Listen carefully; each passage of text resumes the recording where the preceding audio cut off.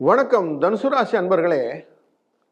காலச்சக்கர புருஷத்தின் 9ஆம் இடத்துக்காரர், அனைத்து விதமாக பிதாமகராக இருக்கக்கூடியவர் நீங்க தான். எதையுமே யோசித்து செய்யக்கூடியவர், அழகாக வழிநடத்தக்கூடியவர், வாழ்க்கையிலே சோர்ந்து போக போதெல்லாம் தூணாக சுமைதாங்கியாக இருக்கக்கூடியவர் நீங்கள். அதனால்தான் உங்களிடம் அனைவரும் அட்வைஸ் கேட்டு வர்றதுங்கிறது சகஜமாக இருக்கிறது. உங்கள் எண்ணங்கள் எப்போதும் நேர்கொண்ட பார்வை அப்படிங்கிறதுனாலையும், எந்த பார்வையிலும் உங்களுக்கு விகல்பம் இல்லை அப்படிங்கிறதுனாலையும், நிறை குறைகளிலே தைரியமாக சொல்வீர்கள் அப்படிங்கிறதும் உங்களுடைய ப்ளஸ். இதெல்லாம் உங்களுடைய குவாலிட்டி அப்படிங்கிறதுனால நீங்கள் எல்லாத்துலேயும் சக்ஸஸ் ஸ்டோரியில் இருக்கீங்க. ஆனால் செயல்கள் காரியங்கள் தனித்து நிற்க வேண்டும் அப்படிங்கிற எண்ணங்கிறதுனால தான் சில இடத்துல நீங்கள் ஆட் மேன் அவுட் அப்படிங்கிற சின்னரியோ இருக்குது.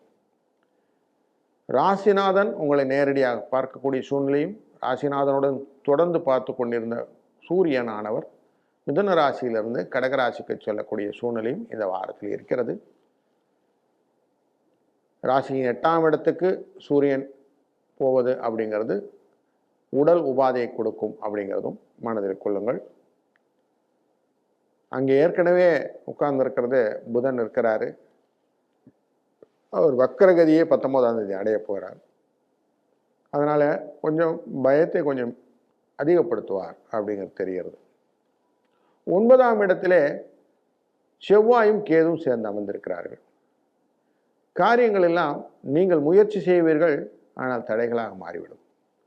ரொம்ப பண்ணால் ப்ரெஷர் கொடுத்தா அது நின்று போடும், இல்லைன்னா மொத்தமாக டோட்டல் டேமேஜ் ஆகிடும். அதனால் ப்ரெஷர் இல்லாத நிதானமாக மெயின்டைன் பண்ணிங்கன்னா போதும் அப்படிங்கிறது கிளியராக புரிஞ்சுக்கோங்க. ஏன்னா உங்கள் ராசியை சனியும் பார்த்து கொண்டிருக்கிறார் இல்லைங்களா?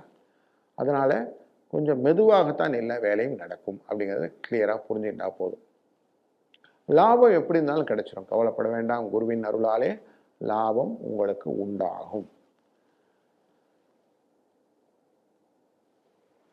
தொழிலிலே கொடுத்த கடனை திருப்பி வாங்குவது அப்படிங்கிறது உங்களுக்கு சிரமமான ஒரு விஷயமாகும். மருத்துவ செலவுகள் மற்றும் உங்களுக்கு எகென்ஸ்டாக கேஸ் அப்படிங்கிறதெல்லாம் இருக்குது. அதனால் கொஞ்சம் அதெல்லாம் உங்களுக்கு நிலைப்பாட்டின்படி நல்லதொரு சூழ்நிலை ஏற்படுத்தவில்லை அப்படிங்கிறதும் உண்மை.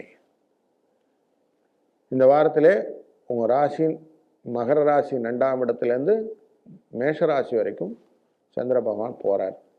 அப்போ கும்பம், மீனம் மற்றும் மேஷம் அப்படிங்கிற இந்த நகர்வுகள் உங்களுக்கு சில நாட்களிலே லாபத்தையும் சில நாட்களிலே மனதிலே சஞ்சலங்களையும் ஏற்படுத்தக்கூடியதாக அமைகிறது அப்படின்னு புரிகிறது. இந்த சஞ்சலங்களை எல்லாம் நிவர்த்தி செய்யணும்னாக்க சங்கடகர சதுர்த்தியை நம்ம பிள்ளையாரை வணங்கி செய்ய வேண்டும்னா, இந்த வாரத்தின் முதல் நாளே சங்கடகர சதுர்த்தி இருக்கிறதுனாலே அன்றைய நாளிலே அருகம்புல்லை கொண்டு போய் சுவாமின்ற நைவேத்தியத்தை கொடுத்து விட்டு அவருக்கு சாத்தி விட்டு அவரை வணங்கி விட்டு நாம் என்னுடைய கஷ்டங்கள் எல்லாம் விலக்கி விக்னம் இல்லாது இந்த வாரத்தை நடத்த வேண்டும் என்று வேண்டிக் கொண்டு வந்தோம். அதனாலே இந்த வாரம் நல்லதாக நடந்தது அப்படின்னு சொல்ல போகிறீங்க. 2, 9 என்ற அதிர்ஷ்ட எண்ணை பயன்படுத்தி கொள்ளுங்கள். வாழ்க வளத்துடன்.